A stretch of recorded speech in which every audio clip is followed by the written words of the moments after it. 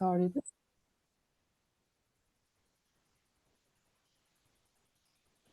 Hello, everyone. Welcome to this webinar organized by the Agroecology Coalition on the topic of gender, agroecology, and food systems transformation. We have almost 400 participants who registered today, so thank you very much for joining us. Please note that this webinar is recorded and we will publish it on our YouTube channel. My name is Amélie. I am Associate Coordinator at the Agroecology Coalition, and I am glad to co-moderate this webinar today with my colleague Valentina Pavarotti, who is the Communications Officer of the Coalition. I am also glad to welcome the two speakers and co-chairs of the Agroecology Coalition, Madeleine Kaufmann and Monicah Yator. Hello to you all, and we will have the pleasure to hear from you in a couple of minutes. Before going into the topic, I wanted to briefly present you the Agroecology Coalitions for those who do not know it yet. So the Agroecology Coalition was created 2 years ago with the purpose to accelerate the food system transformation through agroecology, guided by the 13 principles of agroecology defined by the high-level panel of experts to the Committee on World Food Security, and aligned with the 10 elements of agroecology approved by FAO's Council in 2019. So the coalitions works on 3 main areas, which are firstly, to promote the co-creation and exchange of knowledge, secondly, to increase investments to agroecology, and thirdly, to seek political engagement and commitment to agroecology. We have 5 working groups to implement our activities and a steering committee to represent the 240 members. So our memberships is very wide and diverse. We have 48 governments, 3 regional commissions, and more than 190 member organizations, such as civil society organizations, farmers associations, associations of indigenous peoples, research organizations, but also philanthropy, small and medium enterprises, and finally, international organizations, including some of the United Nations agencies. Now that the introduction on the agroecology is done, let me please set the scene and explain why it is important to talk about agriculture around the International Women's Day. So as you can see on this infographic that we released yesterday, some key figures highlight the inequality that women face within the food system. While women account for 43% of the global agricultural labor force, according to FAO, they face significant discriminations when it comes to land and livestock ownership, equal pay, participation in decision-making entities, and access to credit and financial services. When it comes to land ownership, FAO's report on gender gap in land rights states that globally, less than 15% of land holders are women. The distributions of women landholders ranges from 5% in the Middle East and North Africa to 18% in Latin America and the Caribbean. As you can also read, only 2% of the organizations governing the food system in low and middle countries are led by women, according to the Gender Snapshot report published by UN Women last year. Finally, 1 in 4 women and girls are expected to be moderately or severely food insecure by 2030, according to the same report. This is why we are today gathered to discuss how agroecology can support gender equality and empower women.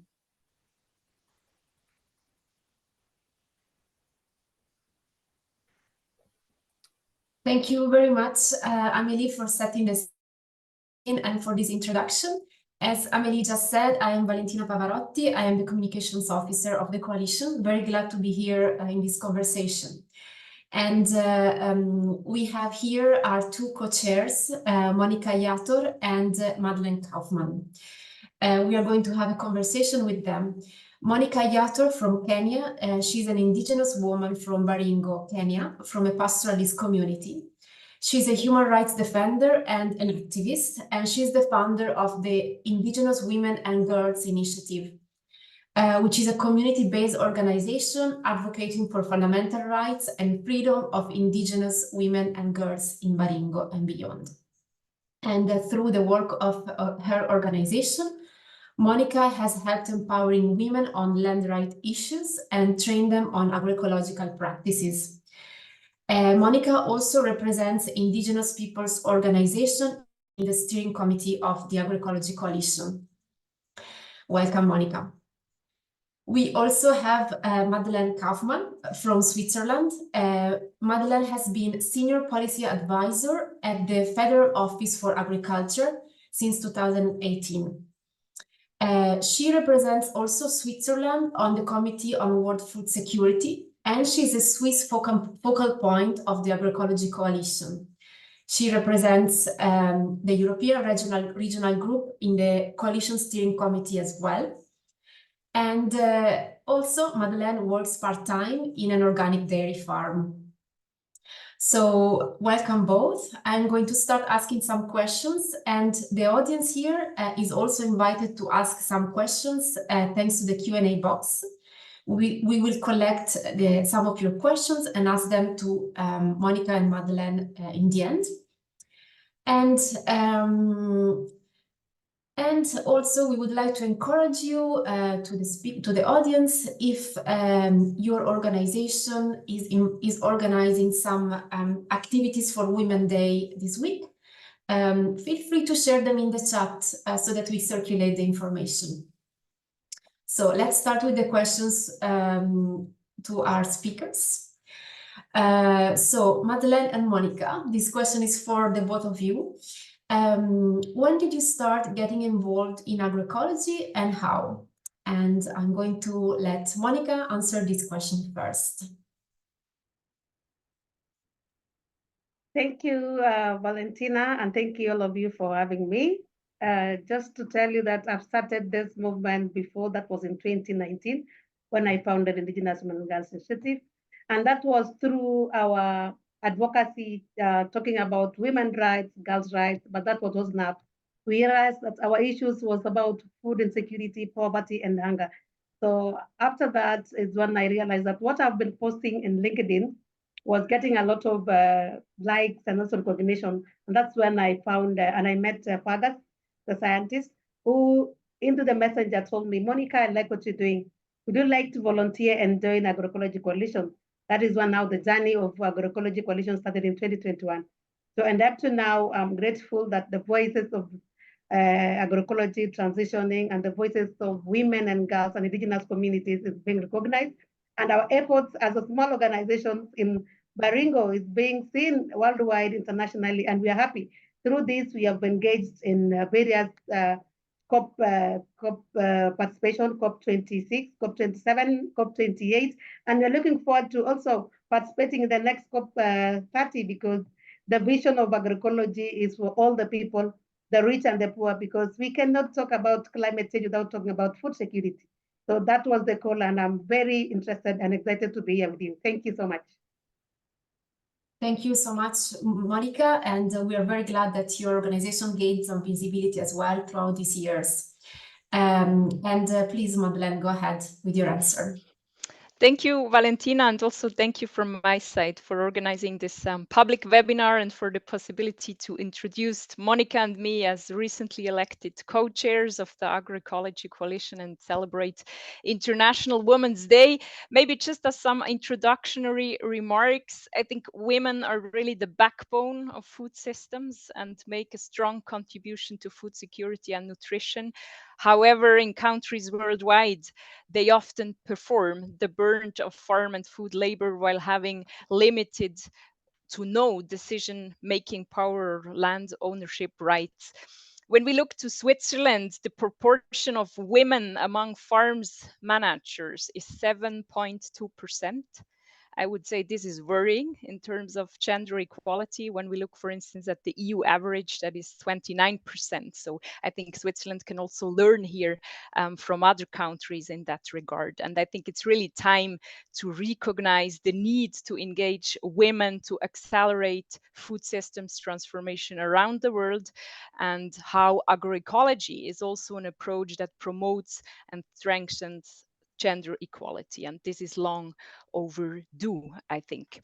So now to your question, how did I start to get involved in agroecology? The first time I came into contact with the topic was during my studies in agronomy. Among other things, I wrote a master thesis with Biodiversity International at that time in Guantanamo, Cuba, one of the world's largest biodiversity hotspots. And I investigated the driving forces influencing on-farm agrobiodiversity in Amman and the Biosphere Reserve. And it was also that time when I came into contact with Pablo Titonel, Stephen Gleesman, Miguel Altieri, and co. And this was very exciting. Then subsequently, I advised small and medium-sized agriculture enterprises in West Africa and set up a participatory guarantee system, a so-called PGS for organic products. And in doing so, I came across the link between producers and consumers, which is also very important for agroecology, as well as the aspect of co-creation of knowledge and sharing of knowledge. And in my current position now, I would say I experience a bit the political side of the agroecological approach, having been involved in the negotiation process of the 10 elements of agroecology by FAO, as well as the CFS policy recommendations on agroecological and other innovative approaches. I also experienced how polarized the word agroecology can be and how different ideas also circulate about it and the fears that can be hidden behind it. But I think with the Agroecology Coalition that emerged from the UN Food Systems Summit, we have a unique coalition, a UN coalition that is multi-stakeholder with a very diverse and wide membership. We have heard it from Amelie in her introduction, with government, civil society, private sector, indigenous peoples, research organization, philanthropy, farming associations, UN organizations. And I think this is really unique, and I'm grateful to be part of this coalition. Thank you. Thank you. We are very grateful to have you both, and thank you for sharing your background. And I'm going to ask you another question. So what are you expecting the most throughout your engagement in the coalition? And please, Madeleine, go ahead first this time. Okay, thank you so much. So what I'm looking forward to the most is that I think working in the coalition really gives me the feeling that one is stronger together than alone. And it shows me how important also the aspect of co-creation of knowledge with other governments and stakeholder groups is. So learning from each other, listening to each other, and really we stand together for this transformative change. And as I said, I see the coalition as an innovation platform, I would say, that brings together different stakeholders with different views, experiences, and interests to create space to accelerate food systems transformation through agroecology. And I'm really convinced that the coalition will be a leading voice in calling for agroecological transformation by shifting investments, resources, policies, and practices, and I'm happy to be part of it. And of course, I'm also very much looking forward to work together with my co-chair, Monicah. Thank you so much. Monicah, over to you. Thank you so much. To me, I think this is the most opportune time, especially now that we are changing the narrative about agroecology. The way Madeleine said, there's so much confusion out there. People do not understand what agroecology means, and agroecology is the traditional way of farming. So again, how do we convince the world? How do we convince our duty bearers? How do we put or integrate our agroecology into our policies so that we have our voices at international level? Remember, we got the UNFCCC climate processes, and the voices of grassroots pastoralists are not there. So you wonder who is representing the voices of peasant farmer, who is being fed by synthetic fertilizers, now destroying the soils. Talk about indigenous seeds facing a lot of extinction. We have private corporates now bringing seeds up to my rural village now, selling seeds which cannot be replanted to our farmers. So there's a lot of vulnerability with farmers. And remember, even bringing the voices of women who are now landless, most of them struggle to even feed their families. So again, to me, this is an opportunity to speak loud and also protect the indigenous communities, whom majority of them are women, and also advance that we need to invest in agroecology and also talk about how do we feed this economy, how do we address gender inequality, and also talk about food insecurity, which is linked to SDG 2030. So again, this is an opportunity now that we are having climate change action plans, NDC processes. How do we bring a bottom-up approach to the climate change platform, especially at the national level? So to me, this is an opportunity that we can create a big movement across Africa, across all regions, to advance agroecology in all platforms we have. Yes, thank you. Thank you so much. We are going to move a little bit even closer to the topic of today's conversation. Madeleine, how does agroecology relate to gender equality? A very broad question, so I try to answer.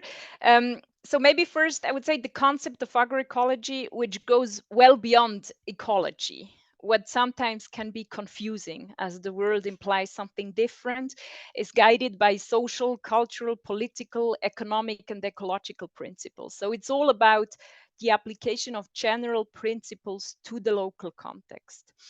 And as you know, there is no standardized definition, but various characterizations of agroecology. Multilaterally, we have two of them. On the one hand, the 13 agroecological principles defined by the high-level panel of experts for food security and nutrition.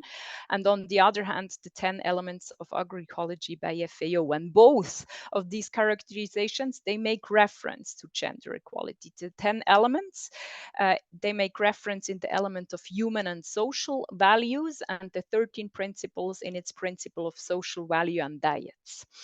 And there are certain organizations or initiatives that also have added gender equality as a 14th principles, for instance, like SwissAid, a Swiss NGO with extended knowledge in agroecology, to give gender equality more weight also in the agroecological approach and emphasize its importance. Agroecology seeks to address gender inequalities by creating opportunities for women. As I said, globally, women make up almost half of the agriculture workforce. So this is a very important part. As the predominant and often de facto caretakers and food preparers in societies across the globe, women are at the center of food security and nutrition at both the household and community level. And despite this, Amelie told this to us in the introduction, women and girls often suffer the greatest health threat from malnutrition. And there is evidence that women's increased ability to organize and assume leadership roles leads to improve food and nutrition outcomes. And as such, gender equality and women empowerment find also synergy with improved dietary diversity, nutrition, and overall well-being for all. I would say for generations, norms have dictated the social structure of rural communities. Women often remain economically marginalized and vulnerable to violation of their rights, while their contribution often remain also unrecognized. Women farmers are often relegated to unpaid farm work and household tasks, while men receive training, resources, and land. In Switzerland, although slowly changing, I would still say that the tradition of passing a farm down to a son continue to have influence and power within agriculture. I was talking to a young Swiss woman farmer lately, and she told me to break this pattern of family succession, parents need to do more to encourage their daughters to take over the farm. It is not enough to just say you can farm if you want to. It is really important that skills and knowledge be transferred and taught to daughters from a young age. I think when it becomes normal for a young woman to say, I will take over the family farm one day, that is when we can start to celebrate the closing of the gender gap in agriculture. So I think agroecology can open spaces for women to become more autonomous and empower them at household community level and beyond, for instance, through participation in producer groups. And women's participation is also essential for agroecology and women that are frequently the leaders of agroecology project. And I think with Monicah, we have one of these leading women here sharing her experiences today. Thank you. Thank you, Madeleine. We already have a great overview, and we're going to continue. So, Monicah, you define yourself as a feminist.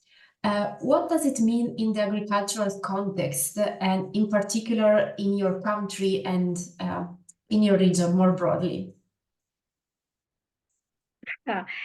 Valentina, that the term feminism is so negative in my village. In fact, because I'm a human rights defender, I find that's very hard comments from men because they don't understand what feminism means. So again, there's a lot of us to do a lot of education about feminism. And first, the people who founded this organization were men and women who are feminists, who are supporting women's rights. So there's a lot of education we need to do around that. And from the first presentation, we said women currently make up to 36% of the workforce in agriculture and are actively growing in number. Thank you to the women knowing their rights. And because of that, we've been educating them to understand and even negotiate with the men. Because when you get married, of course, you belong to the man. In my culture, all of you plus your children are kids. So you don't have a right over land unless we tell our women to negotiate with men so that they can work jointly and provide for their families. So again, through that education, the understanding why they should also engage in farm work and not leaving that to the men. And again, historically, women's roles in agriculture industry were silenced or ignored, which have caused consequences such as poor quality life. If you come to my village now, you'll find malnutrition. You'll wonder why. Yet women are farms. So again, the question of feminism and us not understanding gender roles and also our gender roles in agriculture. You have a farm, but you leave that to your husband. Or you just stay in the house to do house chores, the unpaid care. Yet we have qualities and we have skills because I was brought up by a single mother.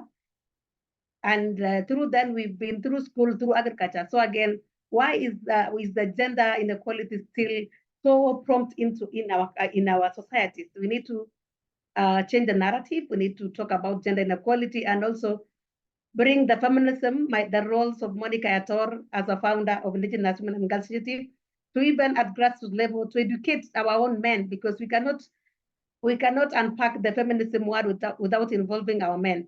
So again, today we are becoming more and more involved in agriculture, but still we face inequality at workplace because of the agriculture inputs. I cannot drive a tractor right now, Valentina, but I hope in the next future I will have the confidence to drive one. So again, it's very expensive for women to be in agriculture, unless now we promote the small scale one, that is agroecology, because agroecology, you can do a lot of farm work and a lot of products in a small piece of land. So again, there's a challenge, and being a feminist comes with a challenge, and of course, we are going to overcome that through the work that we are doing and the support of Agroecology Coalition and all the network and the agroecology movement that is growing bigger and bigger. Thank you. Thank you, Monicah, for introducing so many important points and the need to change the narrative and keep it up. We're going back to Switzerland. Madeleine, how does Switzerland advance the agenda on the gender and agroecology, both at the national and international level? Yeah, thank you for this question. And I just tried to share certain examples.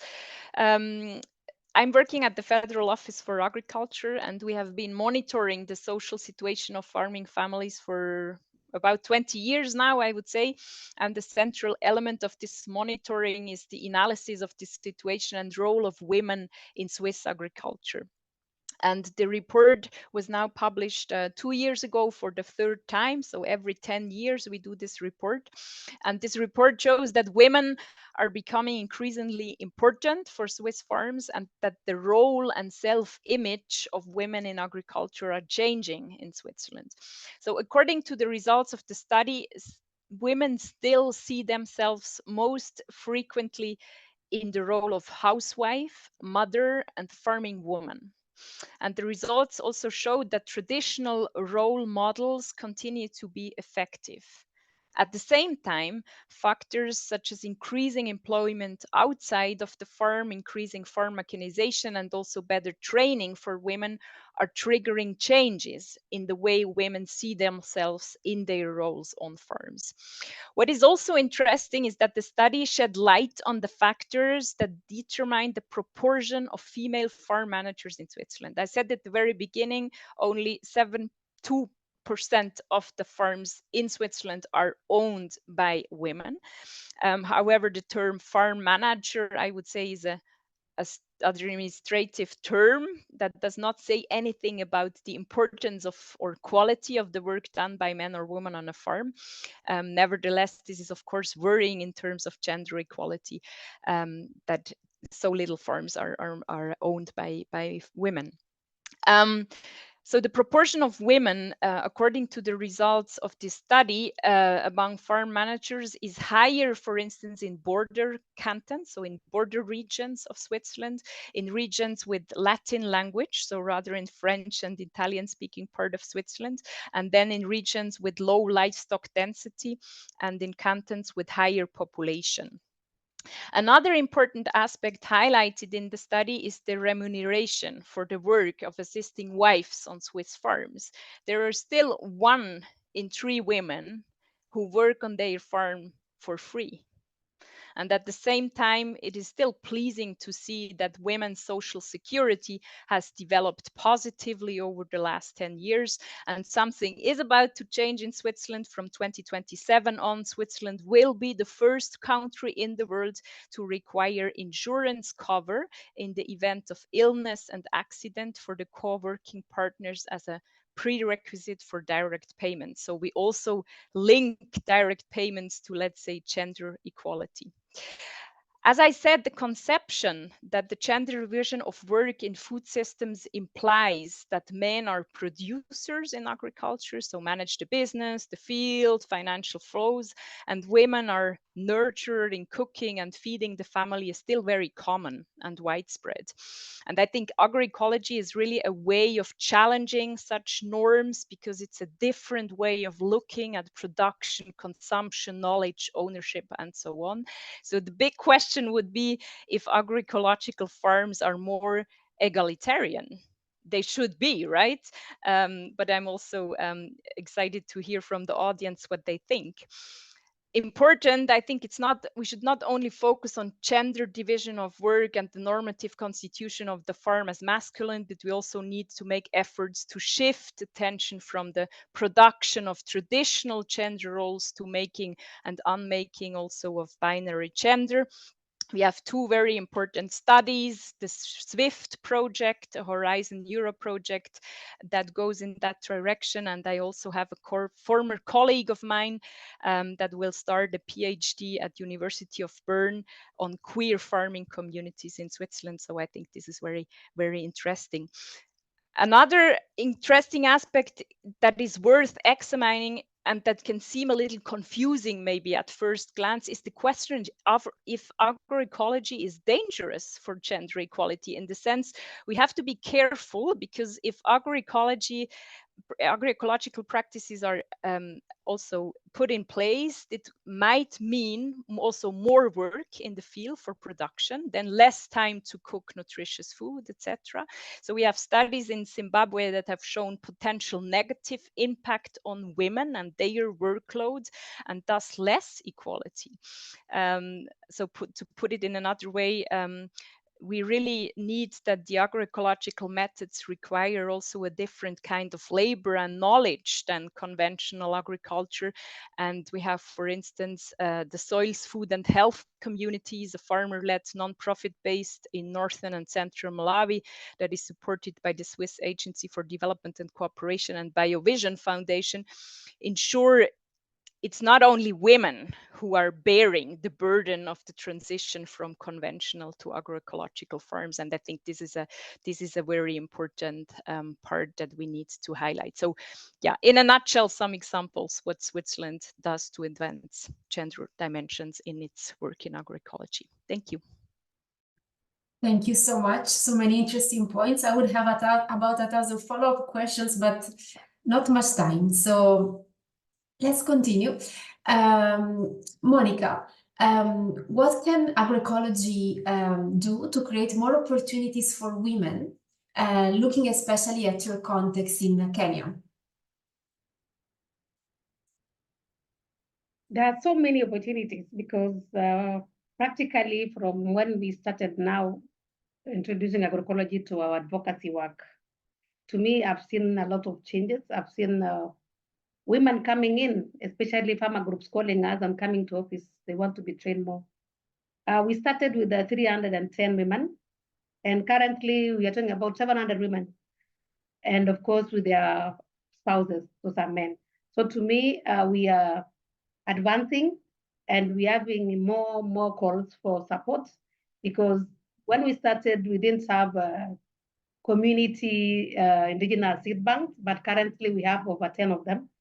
And we have introduced community agroforestry centers, because agro is again agroecology. We need to plant crops and plant and grow trees as well. So coming from a semi-arid place, we cannot ignore tree planting.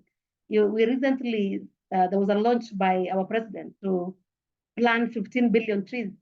Coming from a very hot place, currently we are at 30 degrees now. How do you talk about tree planting and forget that we are cutting these indigenous trees so that we can have fire to feed our families? So again, to me, we cannot talk about mitigation alone and not speak about adaptation. And agroecology is an opportunity to speak about adaptation. And at this cause, we are having organizations and donors supporting our initiatives, of which it's a plus. It is a movement that we want everybody to join and support. Again, in few years, nobody was thinking about agroecology. I remember when we started this movement in 2021 with the Alliance for Food Sovereignty. We did a lot of climate change campaigns in support of agroecology. We did a lot of radio talk shows, stakeholder meetings, but the reception was very low. I remember us even meeting African group of negotiators in Naivasha. Even our own ministers for agriculture were confused about this agroecology. I remember one Dr. Veronica telling me, Monicah, are you sure agroecology will feed the nation? We said, yes, why not? I want to visit those farms. Can you identify those farms? I told her, please come to our farms. We have over 10 functional agroecology model farms. So to me, it is an opportunity that our women can address a lot of inequalities, especially now that they're struggling to feed their families. We can start small, but grow bigger. Starting from 300 women and now growing to 700, to me, is something that we are proud of. And thanks to the movement, Alliance for Food Sovereignty, and also Pelham Kenya, and also Biovision Africa, those organizations supporting agroecology, especially the practical part of it, because we do farm demonstration, we do training, we establish model farms where farmers can learn by seeing. Remember, we work in a community where few of us have gone to school, and agroecology gives us an opportunity to do practicals and even do exchange tours. You bring farmers to see the models that were bare land and now food forest. So again, with the idea and the motto that we have, that we need to establish enough food forest in a dry land, to me it has worked and we have evidence. So it is moving and we have opportunities. Now that we have a climate change act, and at the moment, Murang'a County has developed agroecology policy. It is applied. And with the movement that we are building on, they will be coming to Baringo, another 7 counties. We want to have this agroecology policy in every county in Kenya. By the time we are reaching to 47, I think we'll be the happiest people on earth, because we are the ones who founded the Agroecology Coalition and agroecology policy, also to integrate the NDCs and national action plans, and making sure that agroecology is integrated practically and also in the policy. Thank you, Valentina. Thank you so much, Monicah, also for bringing in the element of climate change and for being so active around that. We have seen that also at COP28. And also for explaining a little bit more practically what your organization, so the Indigenous Women and Girls Initiative, does. So we are now going to take some questions from the audience. So Amélie has been monitoring the Q&A box. So we are going to move on to that. Please, over to you, Amélie. Yes, thank you, Valentina, and thanks a lot, Monicah and Madeleine, for your insightful answers. So I will start with two questions related to markets and supply chains that are interlinked. So the first one is, what do you think about the role of women to mainstream agroecological food in markets? Because we need to make the agroecological markets broader. So this is a question from Alexandros Tataridas. And related to this, how can we increase the scope and impact strategies to commercialize family farms for women? This question is asked by Senani Memba. We would like to answer first. Madeleine, go ahead. Yes, I can try and answer, but I think maybe Monicah is in the right place also to answer here, because she is also a woman that is commercializing many interesting products in Kenya.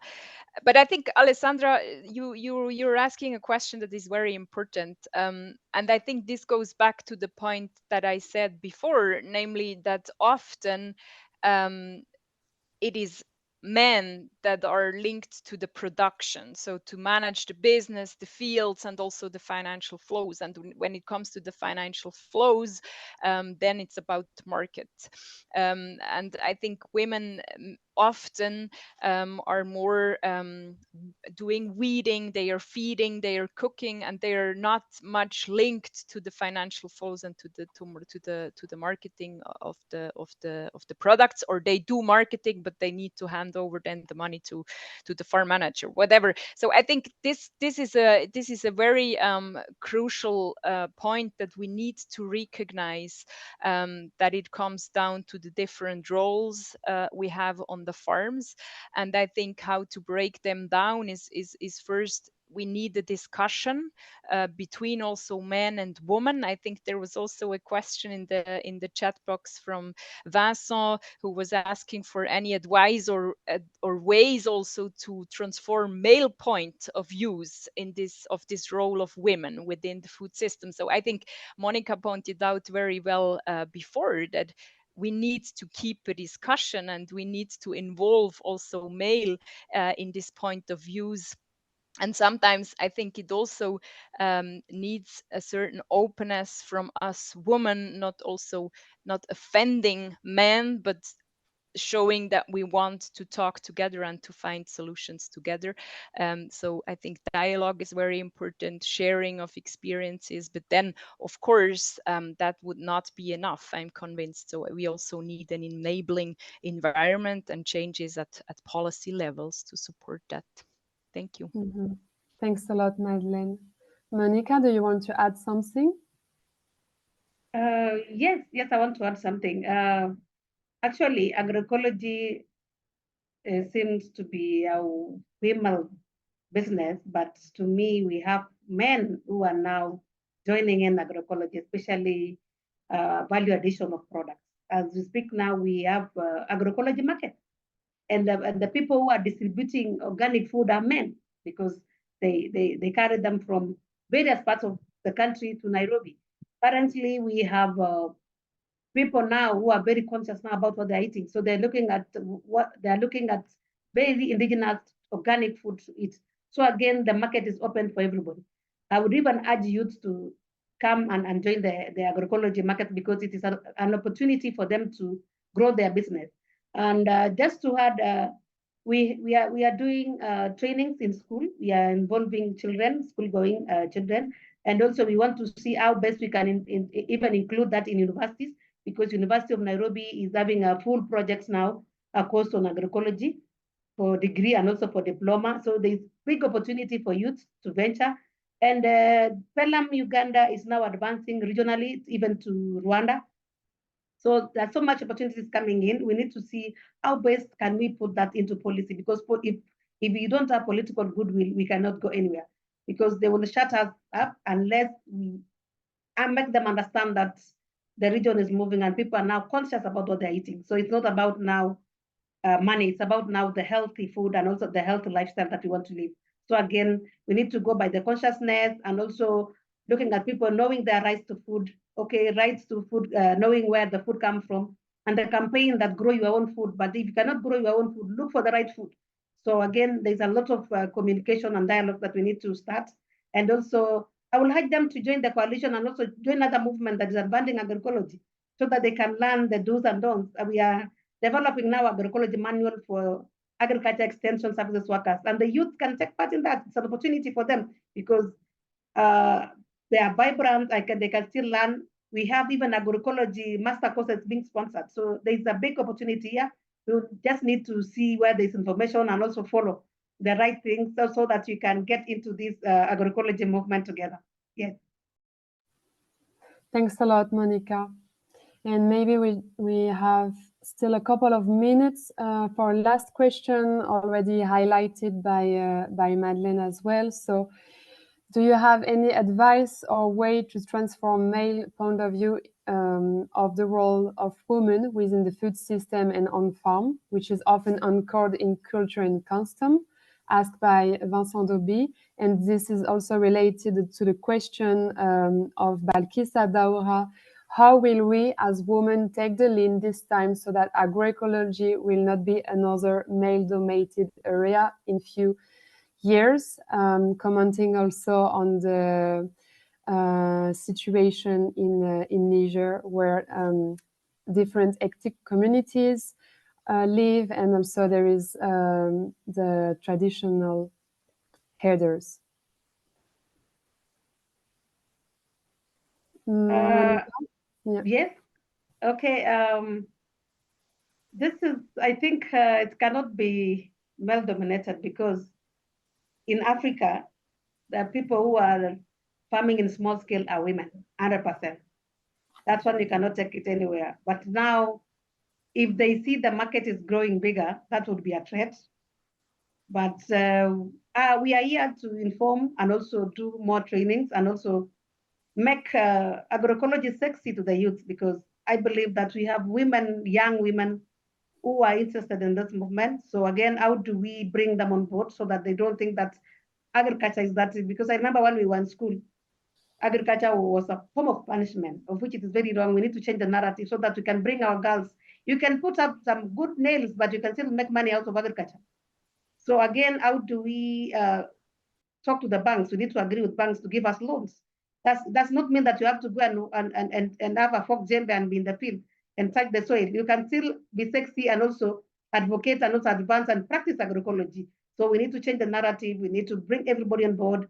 We need to make. We need to also liaise with the banks, with the corporate people who can support agriculture. Because I'm thinking in the years coming, will all of us be joining the movement, because now people are conscious and there's opportunity, especially in the markets and also in the trade, because people are now conscious on their food, and we will take advantage of that and encourage youth to join.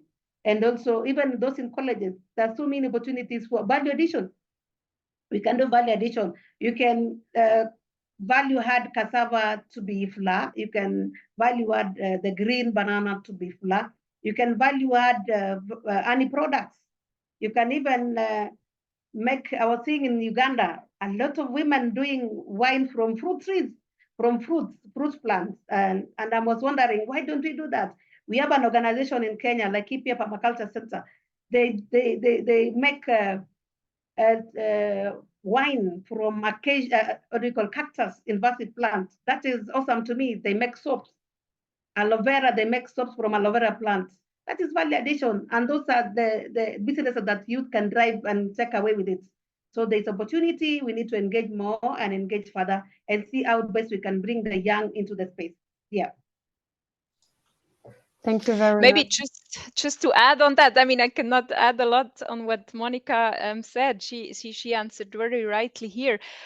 But I think the answer was also given in the chat from a person called Yusra. Women can be or needs to be role models for each other. And I think if we think about how to do differently, or if we think about how to avoid that this becomes again male dominated, we need young women here to be a role model for this scenario. And I think Monicah pointed out very rightly that we have a huge generation gap in agriculture worldwide. Also in Switzerland, the average farm managers are more than 56 years old. So we need to bring in more young people, and especially more young women. And for this also we need, as I said before, of course, an enabling environment changes at policy level, but also, and this is very important, role models of young women that can stand, that can show other women that it is possible. And just to answer also, I saw a question from Donald in the chat on agroecology policies. This is also a very important issue, and I think you can get a lot of material also from the Agroecology Coalition, the Secretariat. And also to all of you, most welcome to become a member of this coalition and make the network even more growing and diverse. Thank you. Thanks a lot to both of you. For the sake of time, I will now give back the floor to Valentina for some concluding remark. Thank you very much. We heard so many interesting points, and the conversation could, of course, continue, but we wanted to keep this webinar short and sweet. We heard a different perspective especially from two different countries, but they still have some common issues such as land ownership, remuneration. So still a lot of work to do that probably agroecology can help with. And we want to see all these opportunities and all these initiatives that are taking place that are moving towards more equality, which is great. And you can see from the screen a summary of agroecology and gender equality that we have. It's an infographic that we have created with the Agroecology Coalition.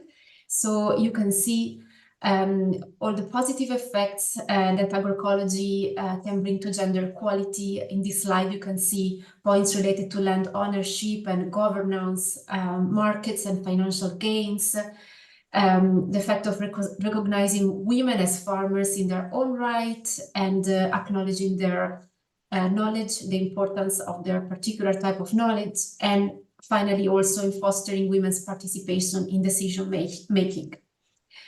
So I would like also to add that several members of the coalition have explored the links between agroecology and gender, and we are showcasing these initiatives and projects in an article that you will find on our website on March the 8th. And with this, I wish a great continuation of this week leading up to the International Women's Day. Many thanks, especially to our panelists, Monicah and Madeleine. And thank you all for being here and for your questions and comments. Please stay in touch. If you want to sign up to our newsletter, you have the QR code there. And have a good rest of the day. Thank you so much.